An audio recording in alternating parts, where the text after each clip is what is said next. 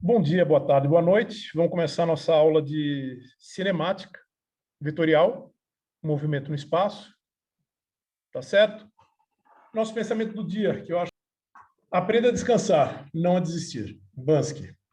Uma coisinha para a gente pensar. Então, olha só, pessoal.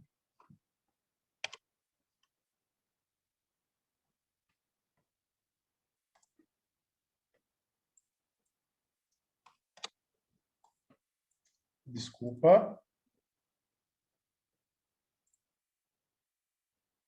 Estou me segurando para não fazer piada de tiozão de boomer, mas não vou aguentar. Quem sabe faz ao vivo.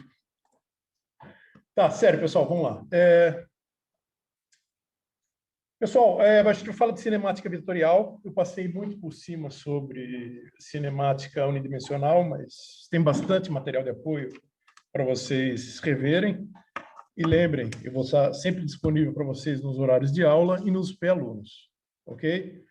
Antes da gente começar efetivamente falar de cinemática, eu tenho que fazer uma revisão de vetores, uma apresentação. Não sei se todos vocês dominam vetores, então a gente vai ver um pouquinho sobre vetores para a gente trabalhar, ok?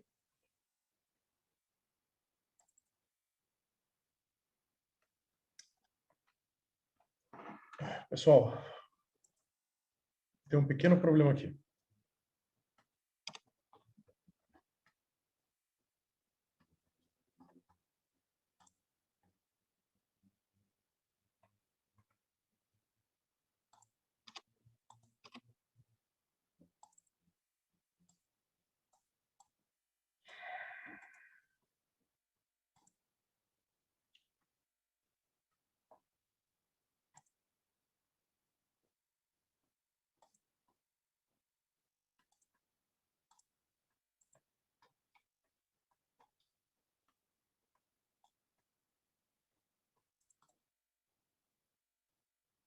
Só um instante.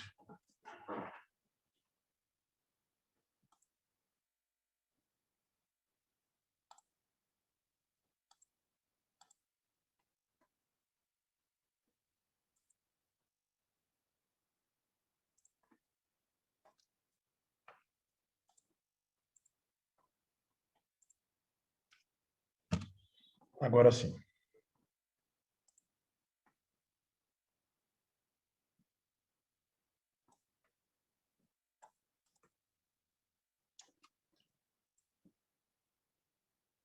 Por algum motivo, as máquinas não estão querendo colaborar comigo hoje. Então, vamos lá, pessoal.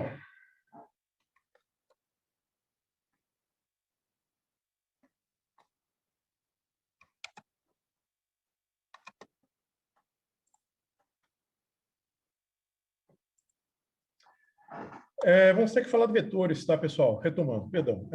A gente vai ter que rever vetores, porque eu não tenho certeza se todo mundo tem domínio sobre o conceito de vetores, ou se está lembrado, ou uma coisa que tem que ser dita, tá? Que é o seguinte: muitas vezes a maneira como nós vemos vetores é diferente do que se vê em matemática. Como a gente vê e apresenta vetores em física, é diferente do que a gente vê e apresenta vetores em matemática. Então, se vocês já viram vetores, se já tiveram geometria analítica, álgebra vetorial, às vezes vocês podem ter um problema, um susto inicial para conectar essas duas coisas.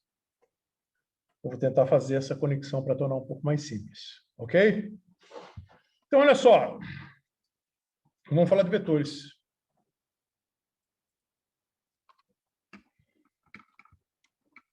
Quando a gente fala de vetores, tem que lembrar por que a gente vai falar de vetores. A maior parte dos problemas em física, pessoal, ocorre no espaço, tá certo? Não é num plano, uma linha reta.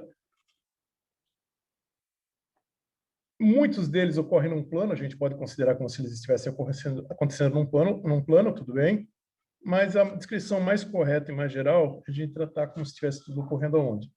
No espaço. Para fazer essa descrição, a gente precisa do conceito de vetores. Tá certo? Quais são as diferenças entre as grandezas matemáticas escalares e vetores? Escalares são grandezas que têm apenas um número e unidade, quando a gente fala de física.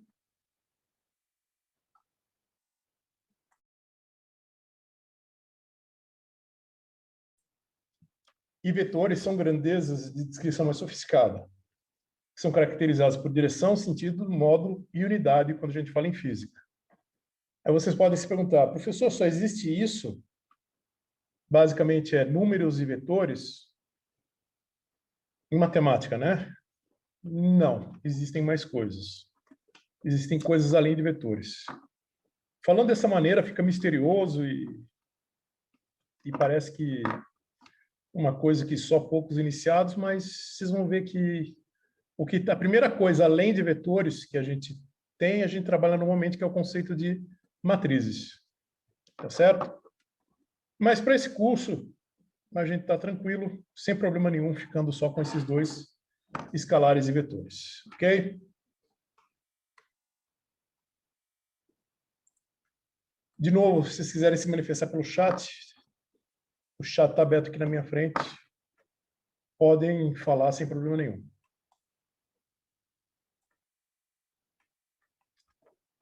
Olha só. Quando nós falamos de vetores, a gente precisa de 3 itens: direção, sentido e módulo. Tá certo? Um módulo, você pode dizer que é...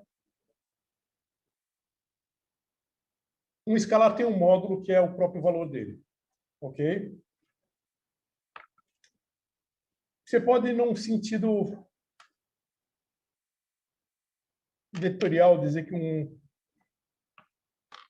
um escalar tem direção, sentido, que um escalar pode ser negativo, tá certo? Mas o mais correto mesmo é a gente pensar que o escalar é um número, pode ser positivo e negativo, e quando a gente fala de vetores, pensar nessas 3 quantidades. Módulo, que é sempre positivo, é o tamanho do vetor, não o tamanho de uma coisa, não pode ser negativo. De sentido é a orientação que ele tem sobre uma reta. E direção é a reta sobre qual repousa. Ok? Direção é a reta sobre qual o vetor repousa. Ou seja, se a gente olhar nessa figura aqui,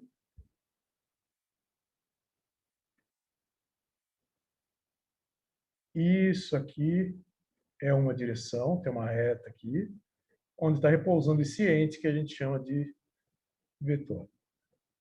Isso aqui é uma outra direção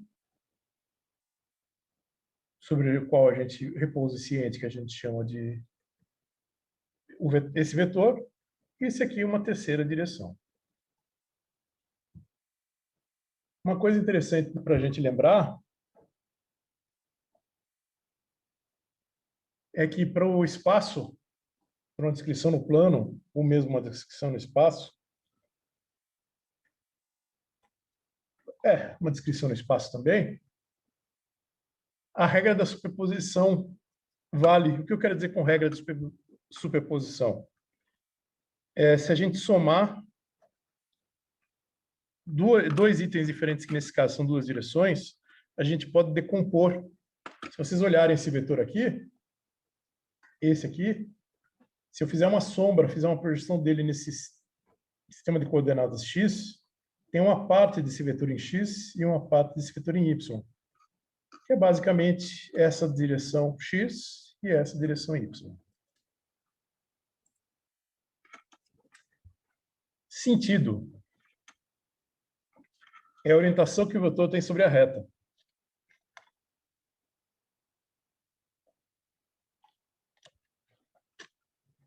O que eu quero dizer com isso? Temos esses 2 vetores sobre na direção dessa reta, que é o eixo do x,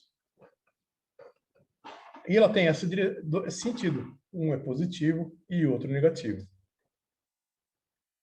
Se a gente comparar com o anterior, nós temos essa outra reta aqui, esse outro material e esse outro material. Esse outro vetor, ele tem uma outra direção. Qual que é a direção? direção y e tem sentido positivo.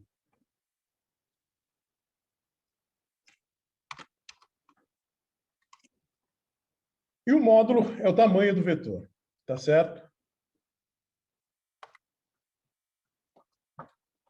A gente vai começar a ver algumas propriedades de vetores. A gente vai dar ênfase para uma visão geométrica, ok? Por que a gente está optando por essa visão geométrica? Para uma visão mais analítica, a gente vai precisar de um sistema de coordenadas. E aqui, para as propriedades que eu quero mostrar para vocês, ela tem caráter acessório, tá certo? A gente pode usar diferentes sistemas de coordenadas para mostrar isso, ou usar uma visão geométrica. Eu optei por essa apresentação geométrica, ok? Então, olha só. Primeira propriedade, a gente tem multiplicação por escalar. O A minúsculo é um número, o B minúsculo também é um número, e o A maiúsculo está representando um vetor. Então, se eu multiplicar o vetor A por B, ou multiplicar o vetor B por A, ou multiplicar o número A pelo número B e depois multiplicar pelo vetor, é a mesma coisa. Aqui a gente tem dois exemplos. A gente tem o vetor B. Desculpa, 3 exemplos. Nós temos o vetor B. Aqui a gente multiplica por um 3, por um número 3, a gente aumenta o módulo desse vetor em 3 vezes. Não alteramos a direção e nem o sentido. A multiplicação por escalar só pode mudar sentido, tá, pessoal? Na pior das hipóteses. Aqui eu estou multiplicando por meio, ou seja, peguei o vetor e cortei ele na metade, o módulo, o tamanho dele. E aqui estou multiplicando por menos 1. O módulo permanece o mesmo, só que o sentido mudou.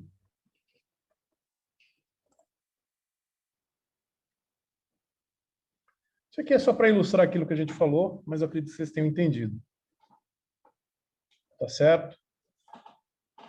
Quais o papel da multiplicação por escalar?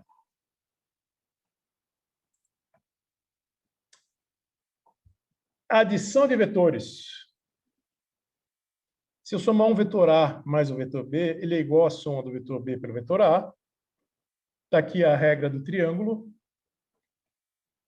Você junta o final do vetor A com o início do vetor B. A ligação do final de A com começo com B é o vetor C.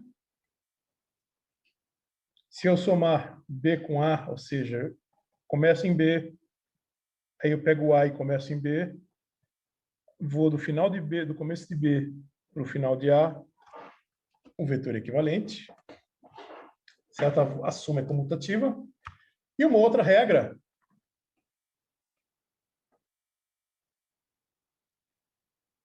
Perfeito.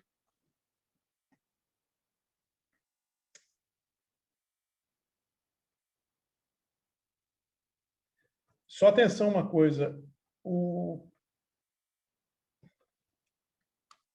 No fim, a gente descobre que quando a gente vai fazer uso de sistema de coordenadas, mas a gente pode verificar isso geometricamente, o que está na direção diagonal é uma composição entre a direção horizontal e vertical.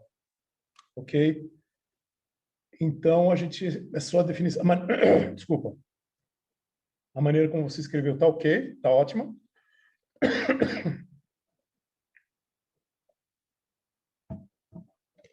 Mas você pode omitir a parte da diagonal. Lembrando desse detalhe que eu falei, que a direção diagonal é uma composição da horizontal e da vertical. Ok, Alessandro?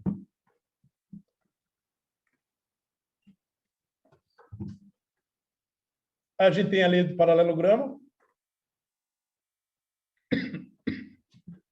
em que a gente pode fazer a regra juntos no final dos dois vetores. Perdão, começou a bater um vento frio aqui, só um instante, pessoal.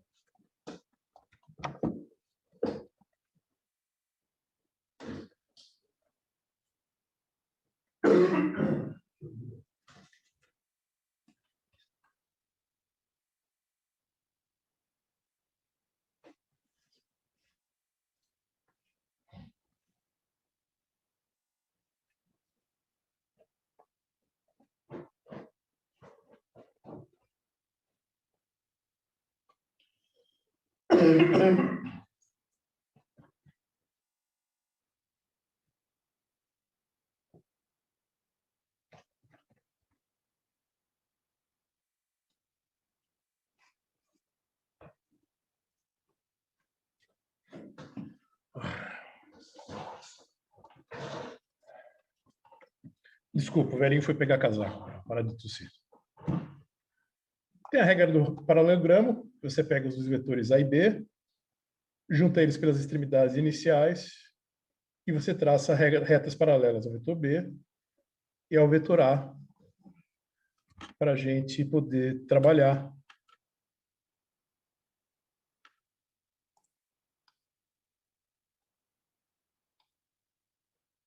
Opa, saiu a câmera. Estou indo aí.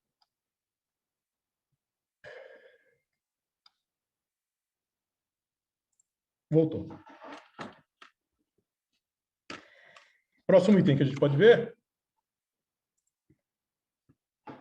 é a adição de... perdão. Aqui outras regras de... ou todas as regras de adição de vetores que a gente tem. Tá certo? A gente pode somar para fazer o...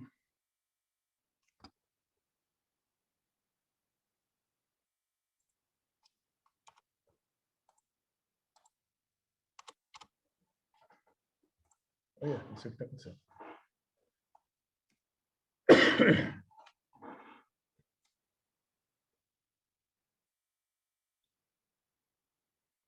A gente tem regra do paralelogramo, regra dos triângulos, a gente pode usar a lei dos senos, lei dos cossenos, a lei dos senos, ok?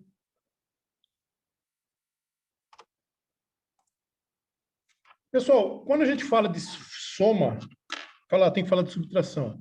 Mas, no fim, quando a gente fala de soma em vetores, a gente pode, sem problema nenhum, lembrar que soma, na verdade, subtração é a soma de dois elementos em que o último elemento tem o sinal contrário. É o que está representado aqui.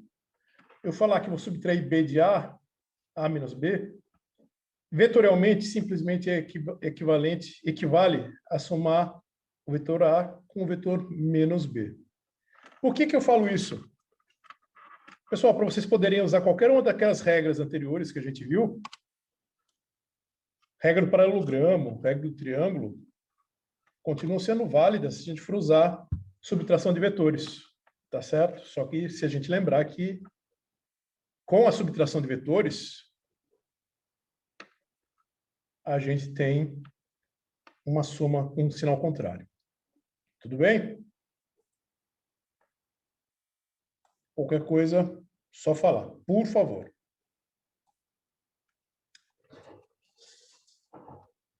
Eu acho que com relação à soma e subtração de vetores, essa parte inicial a gente encerrou. Nós podemos continuar sem problema nenhum. Ou lembrar o que o João Kleber falou. Para. Sério, pessoal. Por que eu quero fazer isso? Quero ver com vocês uma coisa. Quero mostrar para vocês isso aqui.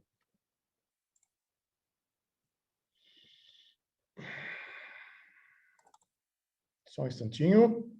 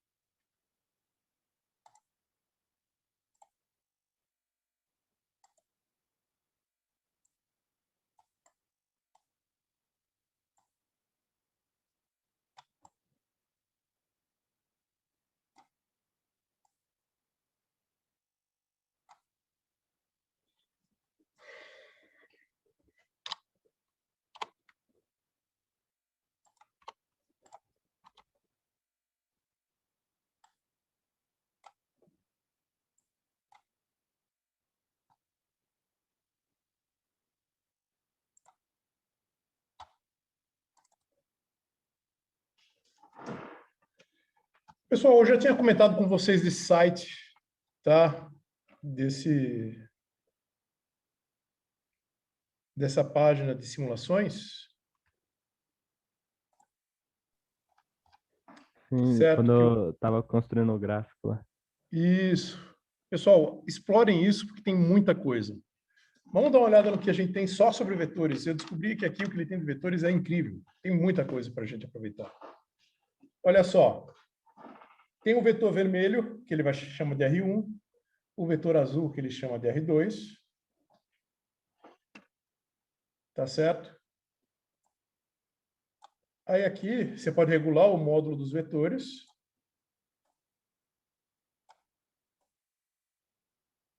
E ele apresenta para a gente o resultado. E o melhor do que isso, você pode escolher. Ah, mostra para a gente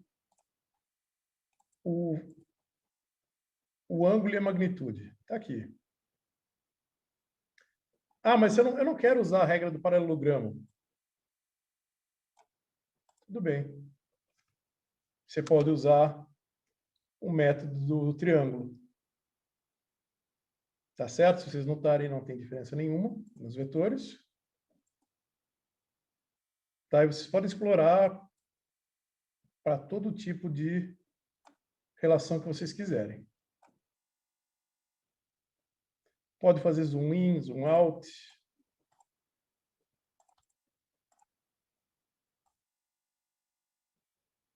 Isso aqui é muito bom para ajudar vocês em exercícios de geometria analítica. E física também, ok? Mas esse não é o único que a gente tem.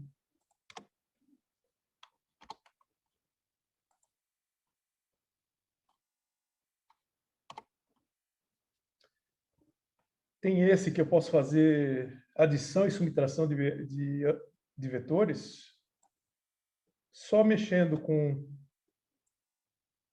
a magnitude dele,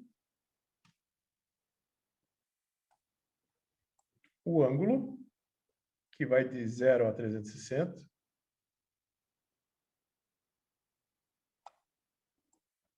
e os outros vetores também.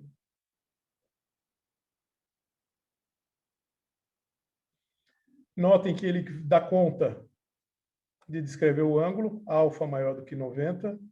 Opa, passou? A gente chegou aqui nisso aqui. Tá certo? Então, tá bem incrível isso aqui. E ele também faz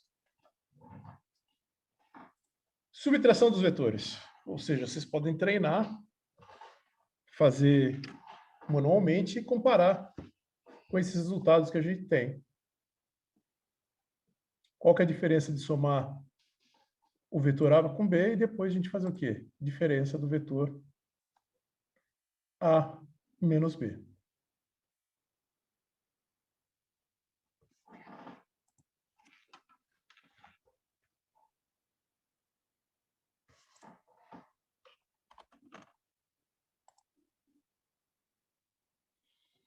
Uma coisa que agora...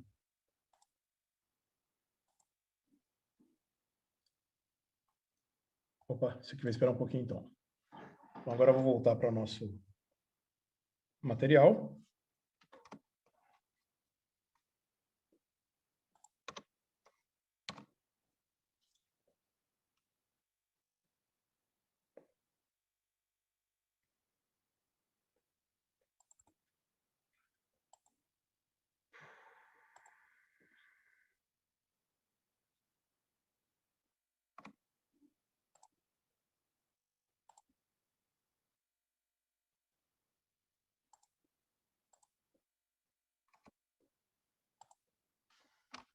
Tá, João Kleber? Já foi. Já deu.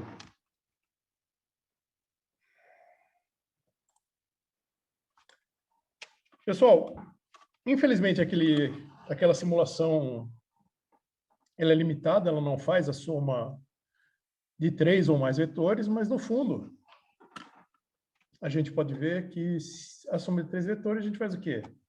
Somar A mais B e depois o resultado soma com C.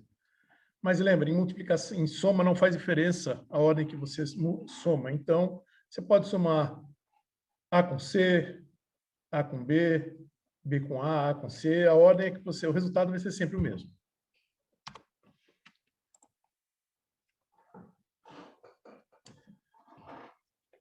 Essas diversas formas da gente fazer a soma vêm do fato da lei associativa da adição, os vetores obedecerem, lei associativa da adição. A mais B igual a mais B igual a mais C igual a A mais B mais C, a ordem que vocês quiserem.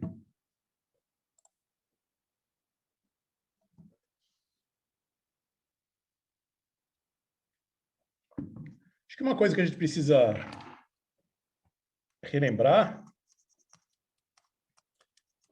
não, é prestar atenção. Quer dizer, já passou pela cabeça de vocês.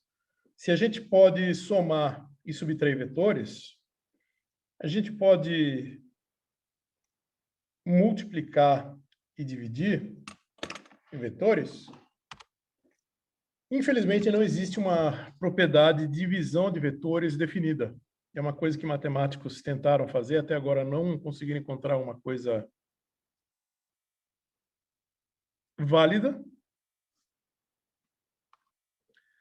Mas, para compensar isso, nós temos 3 produtos.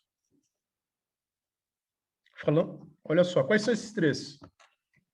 Primeiro, vocês já viram, é a multiplicação por escalar.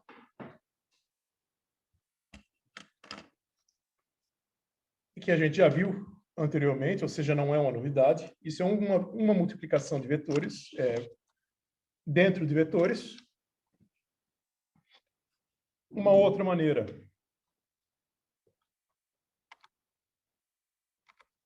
até repetir isso aqui. O outro é o que a gente chama de produto escalar. Quando você multiplica o vetor A pelo vetor B, no fundo, quando você realiza produto escalar, você tem que levar em conta o ângulo entre os vetores.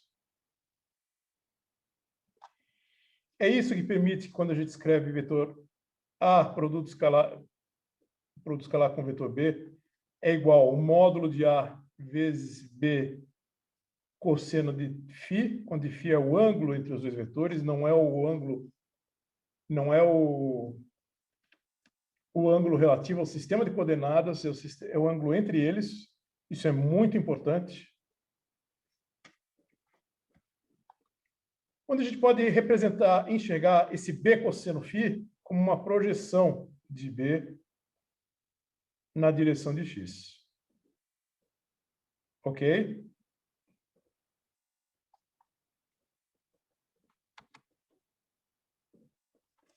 As propriedades que a gente tem.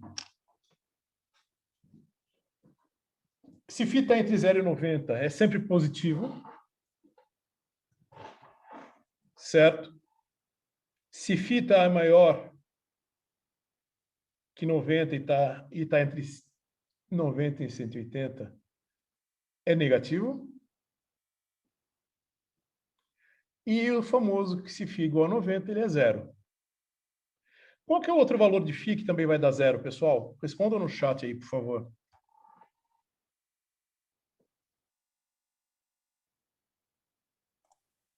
$60? Não. Não, pera. Não, pera. Ah, Não, 180 não vai dar zero.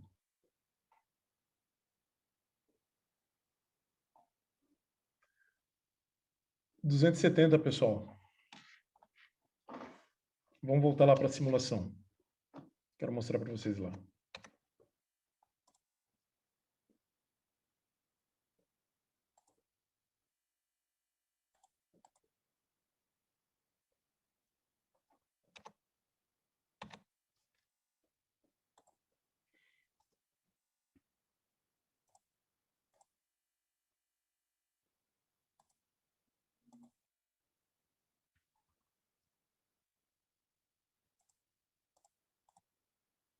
Aí, ó.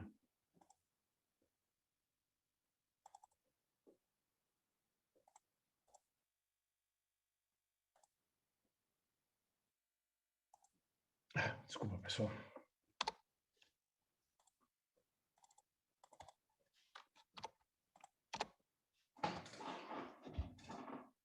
Olha só para mostrar aqui para vocês. Aqui não tem produto vetorial, tá? Mas a gente pode explorar isso aqui. Vou pegar o vetor 1, o vetor, regra do paralelogramo. Ó, eu tenho o vetor A1 e o vetor 2. Se o ângulo entre o vetor 1 e o vetor 2 for 90, o produto escalar dá zero.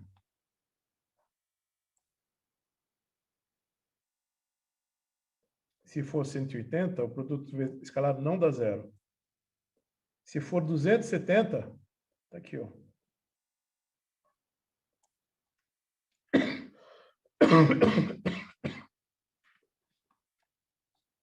Há uma outra maneira de chegar a isso que é bem simples. Tá aqui, ó.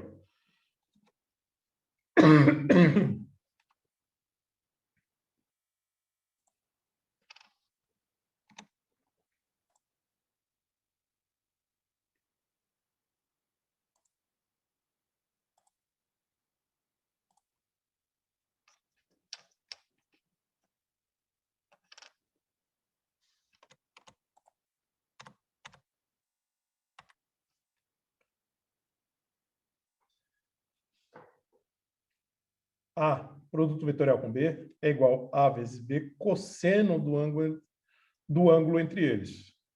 Quais são os valores para o qual o cosseno dá zero? 180, perdão, 90 e 270. Quais são os valores que vou ter o maior módulo para o cosseno de θ? 0, cosseno de 0 é 1, e 180, que cosseno de 180 é menos 1. Ok?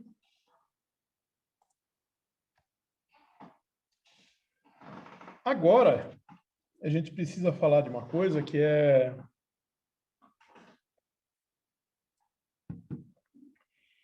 Vamos agora falar do sistema de coordenadas. É tudo isso que a gente fez até agora, no fundo, isso é geométrico, pessoal.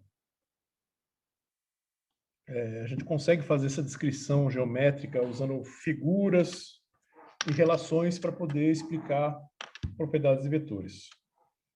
Agora, em física, a gente tem bastante dificuldade de trabalhar com coisas geométricas, pelo menos em física, fica mais fácil, fica mais simples para a gente trabalhar quando a gente escolhe um sistema de coordenadas. Só existem diversos sistemas de coordenadas, tá? Existe o sistema de coordenadas cartesiano, o sistema polar, o sistema esférico, o cilíndrico. Por enquanto, nesse curso, a gente vai olhar só o sistema cartesiano.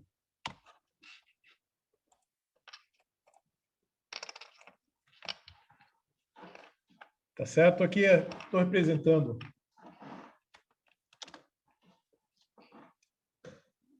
uma posição, um ponto num gráfico XY, 3 em X, 2 em Y. No espaço, ele está na posição 1 em X, 2 em Y e 3 em Z. Ou seja, esse ponto precisa de 3 números para caracterizar. Certo? Quando estiver falando de vetores, a gente vai usar direção X, Y e Z. Ok?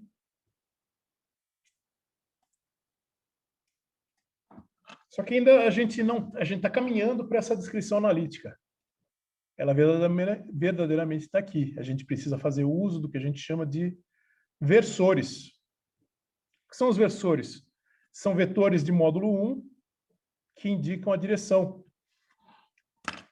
Então, eu tenho versor I na direção X, versão J na direção Y e versor K na direção Z. Os versores eles têm uma propriedade relativa ao produto escalar, que é o seguinte: I vetor J, I com J é igual a J com K, igual a K com I, que é igual a 0. Um vetor é escrito nas três componentes, na direção X, Y e Z. Aqui, Alessandro, relativo àquela sua pergunta, eu tenho uma direção que é X, eu tenho uma direção que é Y e uma direção que é Z, e eu construo uma direção diagonal com ela. Ou seja, realmente, existem direções diagonais possíveis, mas elas conseguem ser decompostas nessas três componentes. Ok?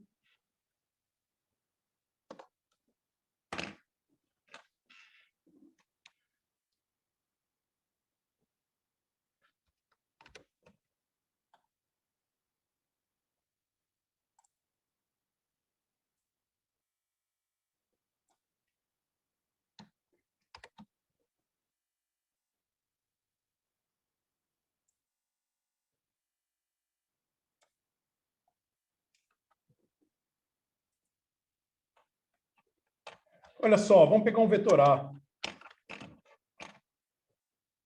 Uma perguntinha. Acho que é interessante, principalmente... Opa, acho que tem... Perfeito, que bom. Fiquei feliz agora. Olha só. Um desafio para vocês. A figura A e a figura B estão representando a mesma coisa? Finja que a X é 1, a Y é 2 e a Z é 3. A figura A e a figura B representam a mesma coisa?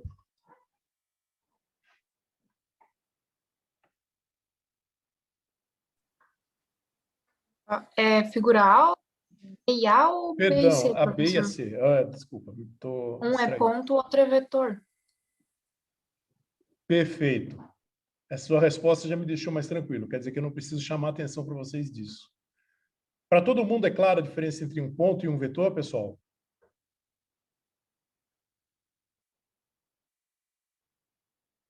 Vou considerar isso como... Fechou. Então, vamos continuar.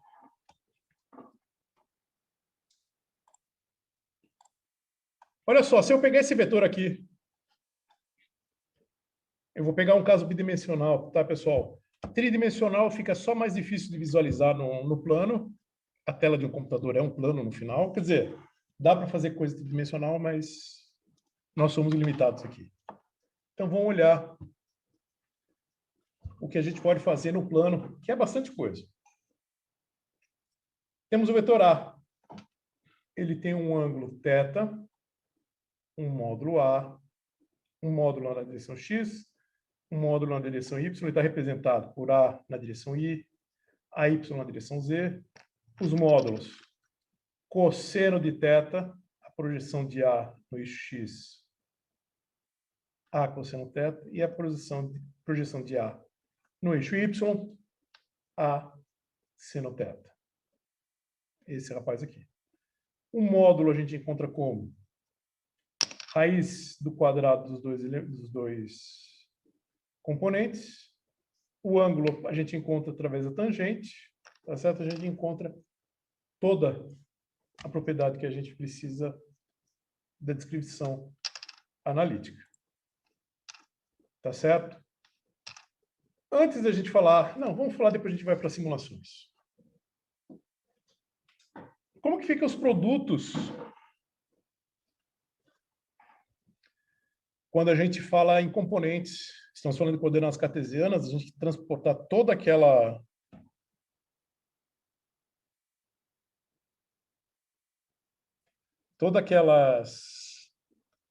propriedades para o sistema de coordenadas, nesse caso cartesiano. Então, se eu multiplico o vetor A por uma constante, essa constante vai multiplicar todas as componentes. Tá certo? Não tem um produto por escalar que só olha uma ou duas componentes. Ou não pega ninguém, ou pega todo mundo. A soma é sempre componente a componente. A mais B, componente A, X de A, componente X de B, Y de A com Y de B, Z de A com Z de B. Tá certo? O que faz sentido com isso aqui que a gente comentou, que eu mostrei. Acabei não falando. Se A é igual a B, A na componente A de X tem que ser igual a componente A de B. Ok? E a Y igual a B de Y e a Z, B de Z.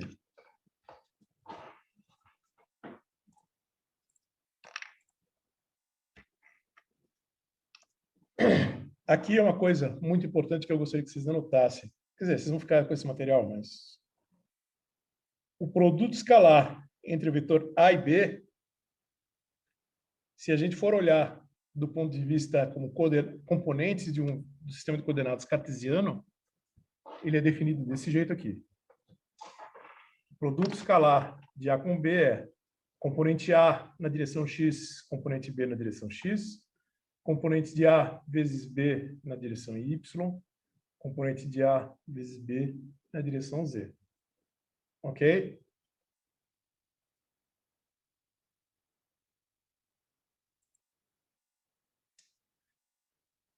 Antes de a gente falar produto vetorial, vamos dar uma olhada naquelas simulações para a gente, se a gente explora. Eu vou colocar o link no chat para vocês aproveitarem agora, que eu não sei se estão... Ou para vocês olharem depois, claro.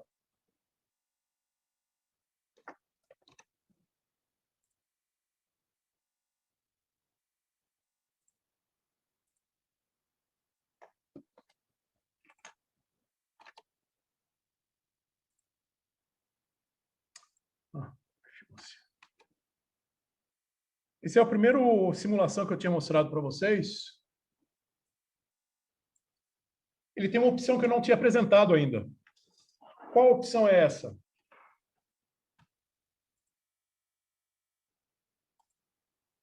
Eu posso olhar os componentes.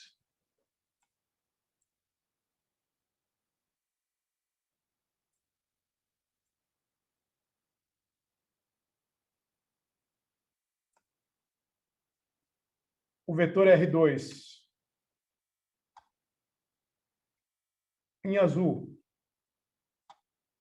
Aqui está a componente do vetor R2. Em Y e em X temos a componente aqui. E em vermelho, ó, ele muda de tamanho. Esses são os componentes, tá?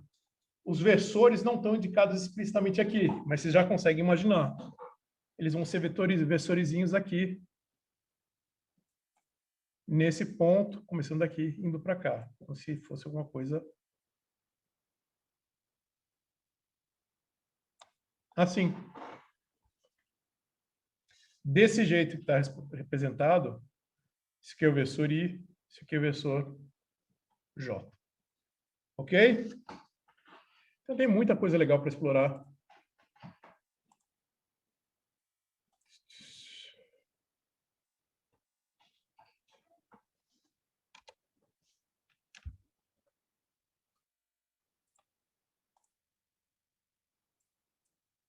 Aqui a gente pode trabalhar o tamanho do vetor, o módulo dele, né?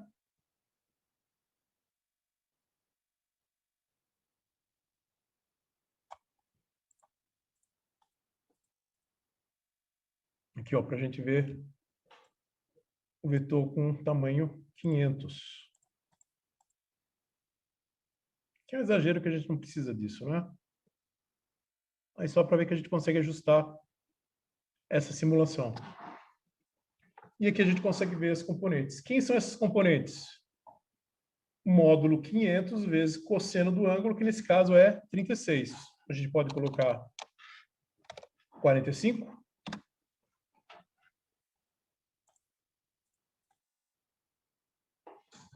Se vocês pegarem uma calculadora, quiserem, nem precisa de calculadora, mas se quiserem, fica à vontade.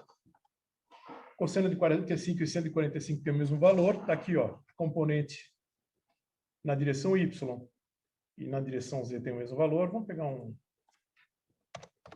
coisa mais razoável, vai, 50.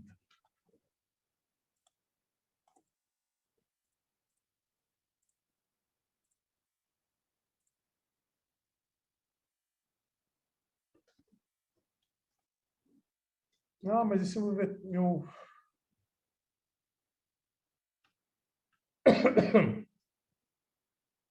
Ah, como é que eu enxergo vetores negativos? Pessoal, nesse caso é só brincando com os ângulos.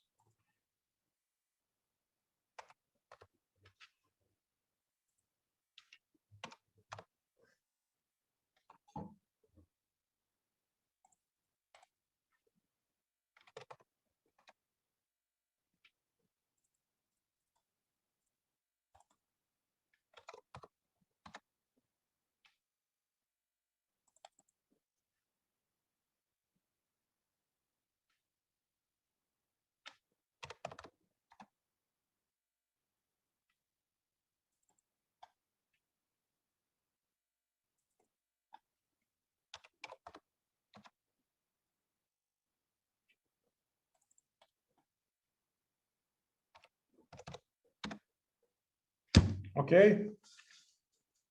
E dá para explorar muita coisa, pessoal.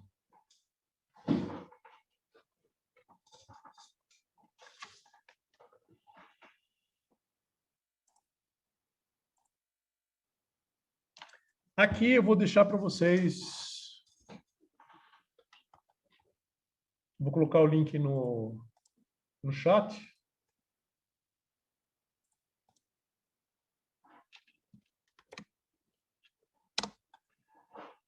Vou deixar vocês brincarem um pouco.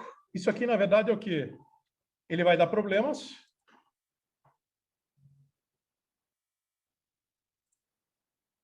E é para você desenhar com a bolinha o que você acha que vai ser a resposta correta.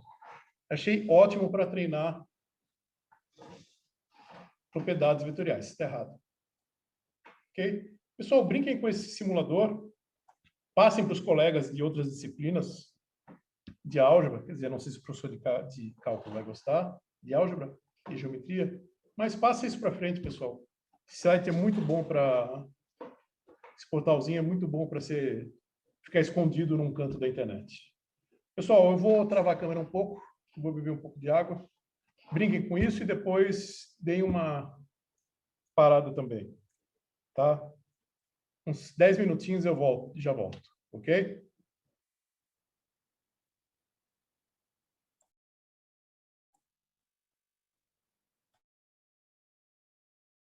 Olha só, pessoal, eu vou avançar mais um pouco, porque eu tinha planejado resolver algumas coisas com vocês na mão e a câmera arrumada para isso não está funcionando.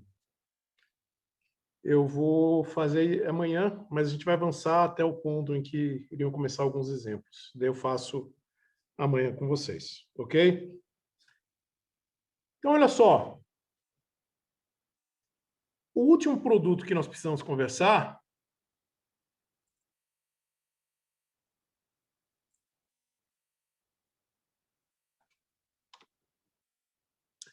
é o produto vetorial. É o produto entre dois vetores que resulta em um vetor. Eu acho que eu não deixei claro quando eu falei sobre vetor produto escalar. Ele pega dois vetores e devolve um número. No produto vetorial, eu pego dois vetores e recupero um vetor. Tá certo? Aqui nesse quadro, tá tudo sobre... Tudo não, né? Mas tem bastante coisa importante sobre o produto vetorial. Produto vetorial de A com B é igual a menos B com A. Tá certo?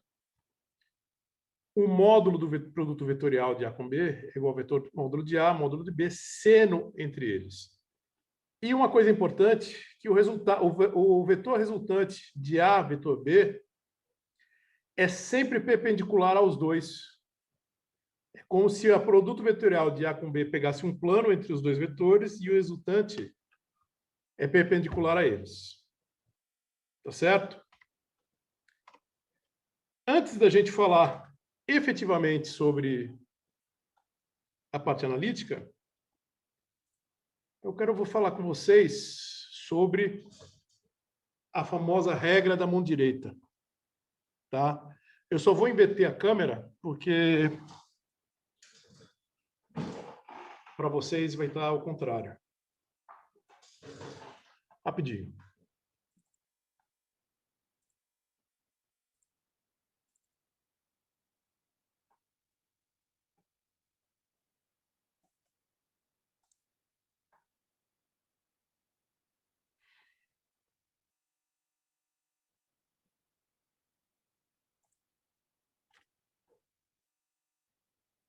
Isso, agora vocês estão vendo a posição correta.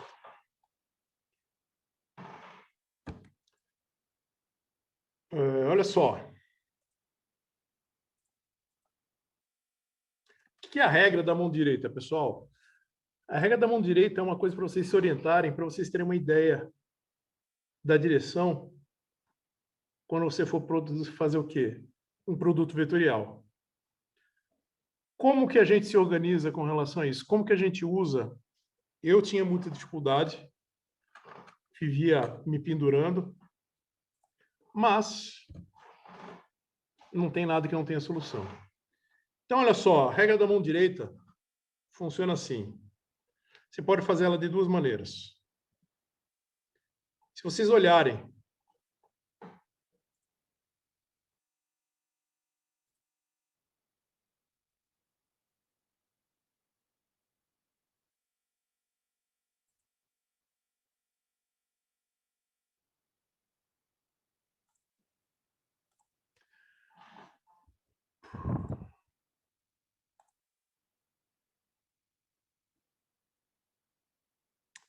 não era isso que eu queria fazer, desculpa, pessoal.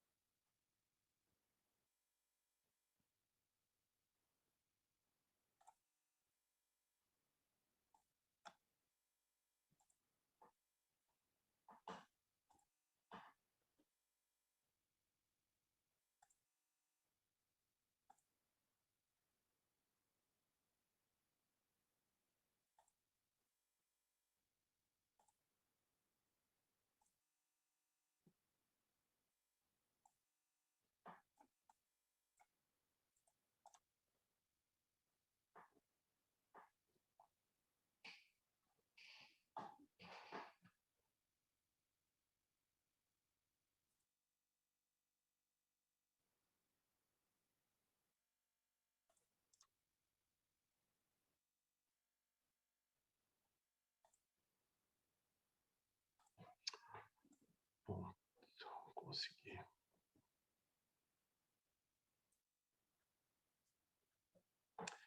Pronto. Agora eu consigo mostrar uma coisa do jeito que eu queria. Vocês me vendo e vocês olhando a tela.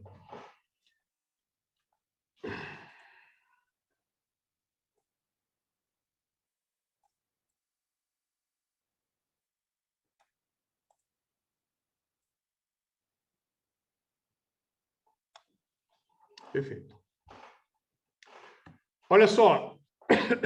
Perdão. Como que funciona a regra da mão direita? Você tem duas versões.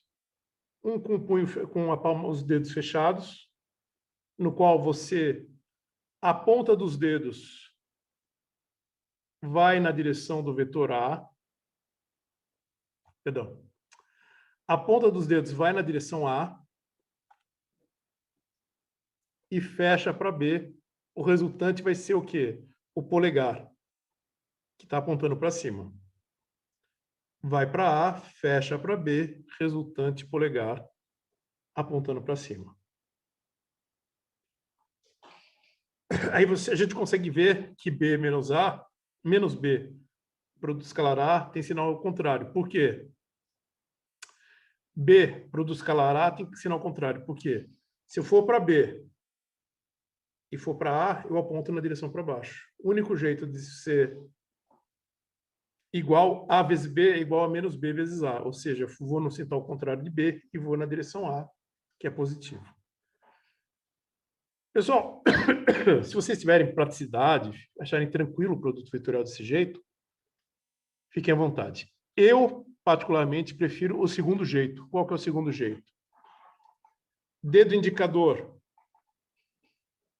é o primeiro termo da multiplicação. Dedo médio é o segundo dedo, indicador. O dedo médio é o segundo termo. E o polegar é o resultante. Ou seja, é isso aqui, ó. O vetor A, o vetor B, aí você pode abrir, fechar, diminuir pelo... O resultante é o polegar. Aí fique à vontade para vocês utilizarem o que vocês consideram mais tranquilo de usar, ok?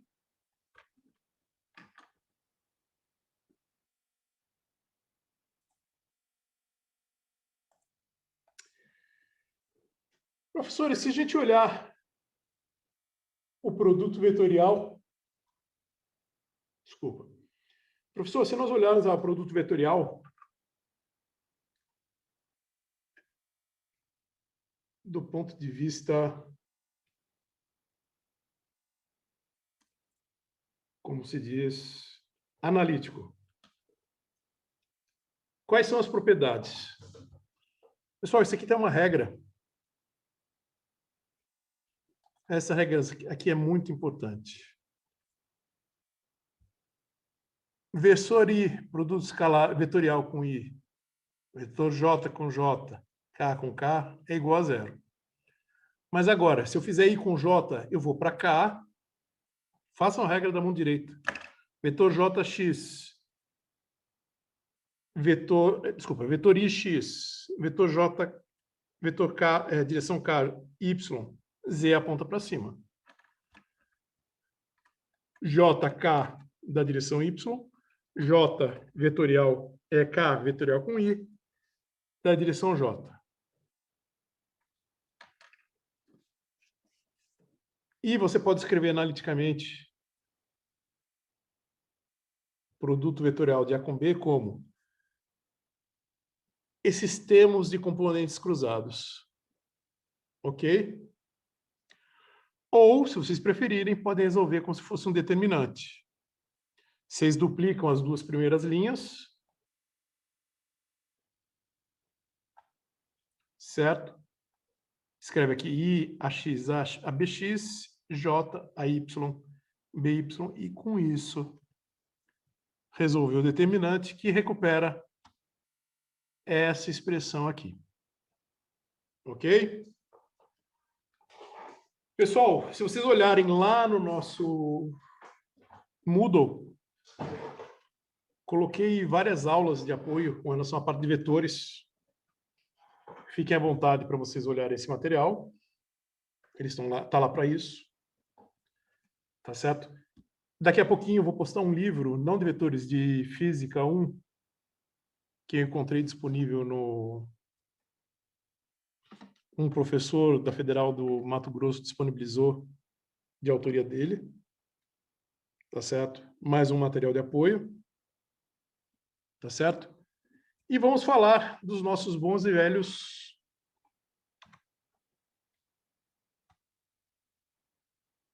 por fim, de falar de movimento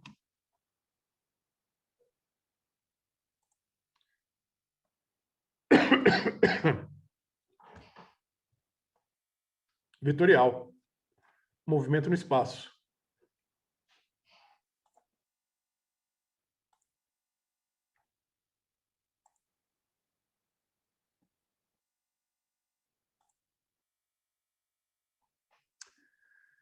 Para a gente falar do movimento bidimensional, eu falo bidimensional, na verdade, no fundo é só porque a gente vai explorar bem mais o movimento bidimensional, mas o que eu quero falar mesmo é do movimento no espaço. Ok? Antes da gente tratar de casos específicos de movimento no espaço, eu vou retomar os conceitos de posição e deslocamento, velocidade e aceleração do ponto de vista vetoriais. Tá? Daí a gente vai explorar um pouquinho mais.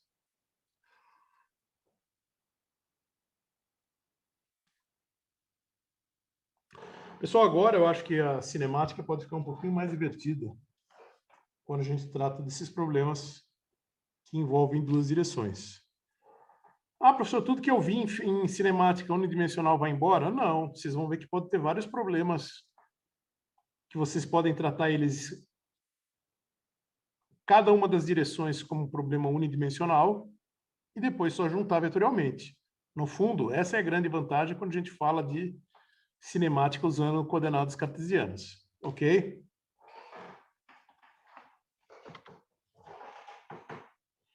Então, para a gente determinar o que a gente chama de posição,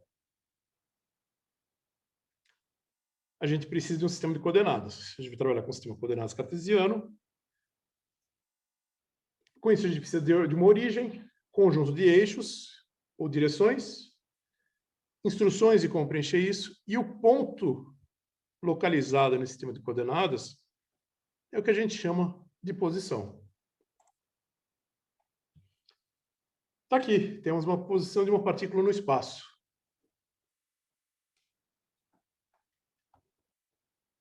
Um vetor R, começa aqui e vai para cá, componente X, Y e Z. Como que a gente representa a posição vetorialmente? Está aqui.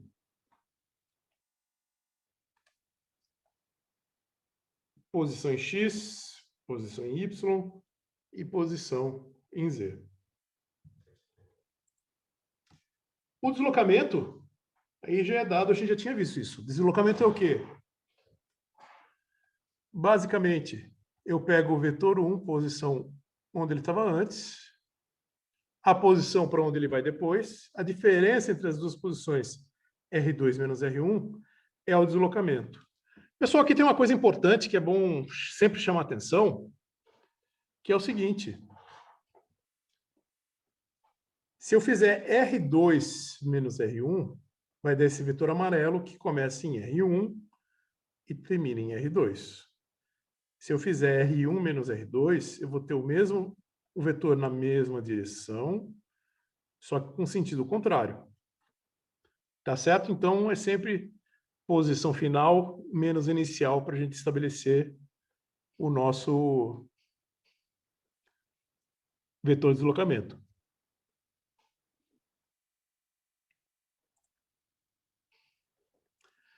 Para falar de velocidade, vamos pensar no seguinte. A gente tem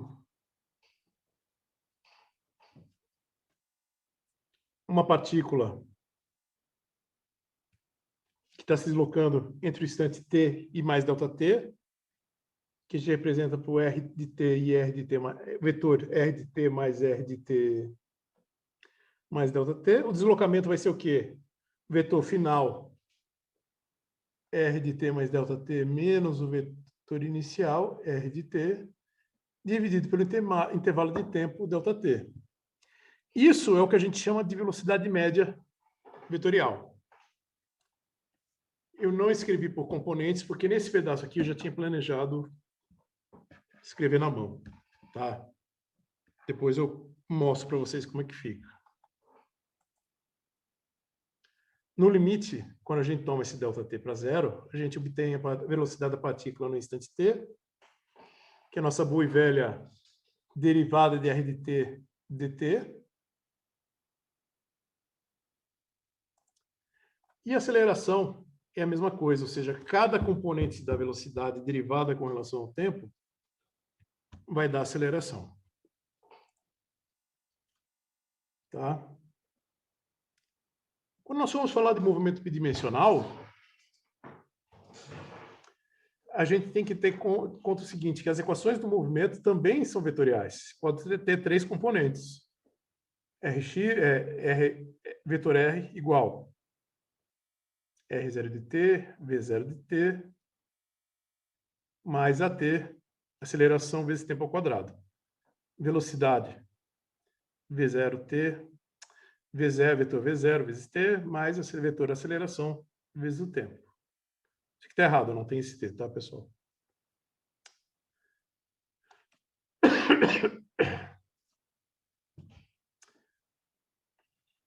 Os vetores condições iniciais são dados por R0, R0x na direção y mais R0y na direção j, V0x na direção y mais V0y na direção j, e aceleração na direção y e aceleração na direção j.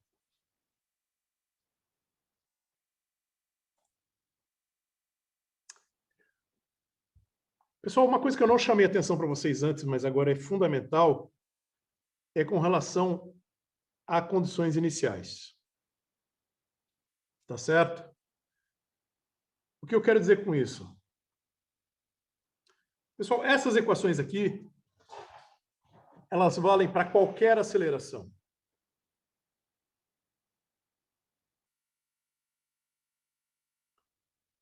Essa para qualquer, equivalente para essa, e para qualquer velocidade inicial e para qualquer posição inicial. O que eu quero dizer com isso? Quero dizer o seguinte. Tem uma maneira muito mais fácil de eu mostrar. Eu vou mostrar isso para vocês. Então, se eu tiver um movimento com a mesma aceleração, mas com posição inicial diferente e posição e velocidade inicial diferente, ele descreve um outro movimento. Tá certo? É isso que permite que a gente descreva qualquer tipo de movimento com aceleração.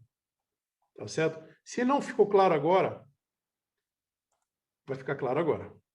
Só um instantinho.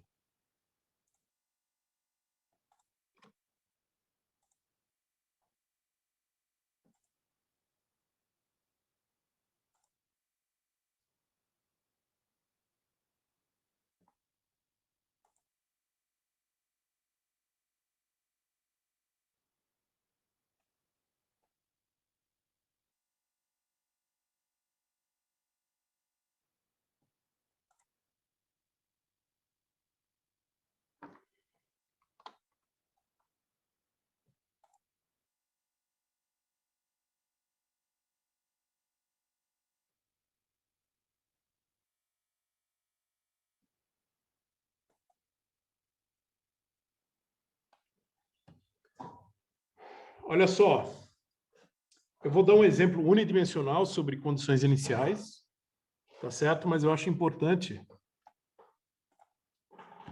para a gente perceber isso que eu estou comentando com vocês. Então, olha só, nós temos um carro azul e um carro vermelho. Todos eles, a aceleração que eles podem ter são acelerações constantes. Todos eles vão ter sua velocidade inicial e sua posição inicial. Se eu coloco posição inicial do carro vermelho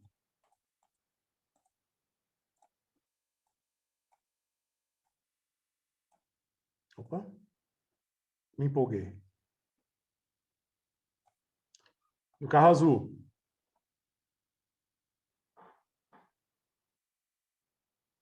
Igual a do carro vermelho.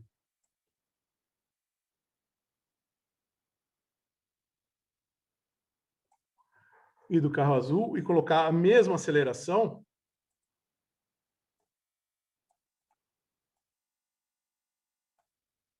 vocês estão vendo pelo gráfico aí.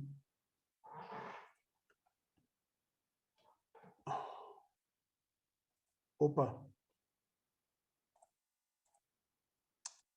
Tem que colocar a mesma velocidade inicial também.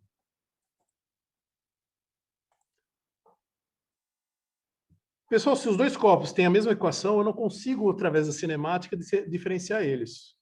Tá ali, vocês estão vendo. Uma linha púrpura.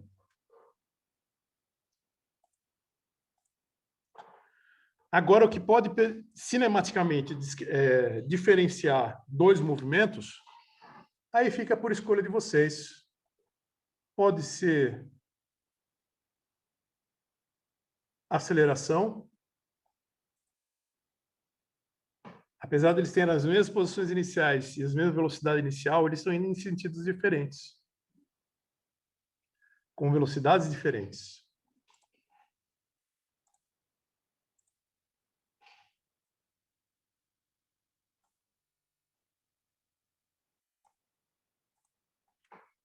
Ou eles podem ir na mesma direção e no mesmo sentido, só que olha só a diferença do gráfico de posição para os dois. Você consegue diferenciar os dois movimentos. É isso que eu falo da importância das condições iniciais.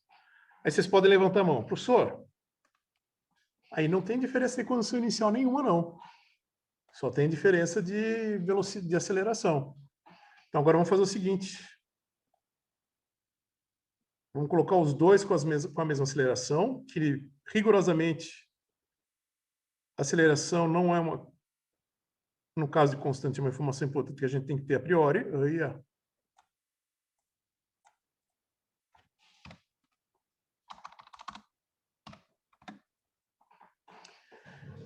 Vamos colocar condições iniciais diferentes. Vamos dizer que o carro azul começa um pouco à frente do carro vermelho.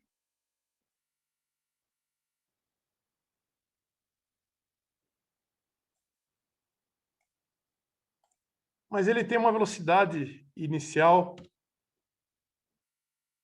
negativa, enquanto o carro vermelho sai do zero.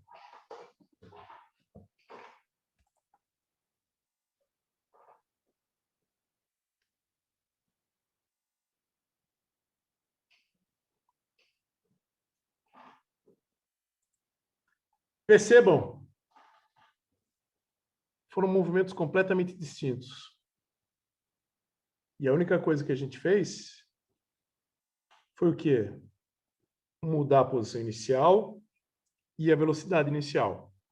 Preciso mudar os dois para ser completamente distinto? Não.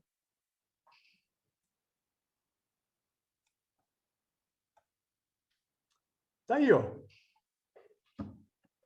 Carro azul começando do zero e o carro vermelho começando do zero, só que um com velocidade inicial, velocidades iniciais diferentes.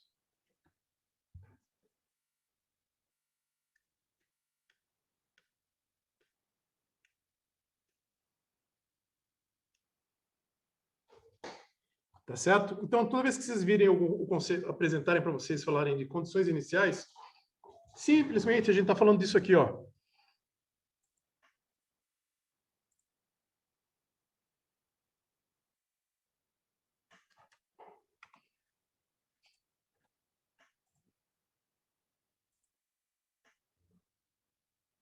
Desses valores. A variação desses valores produzem movimentos diferentes. Ok?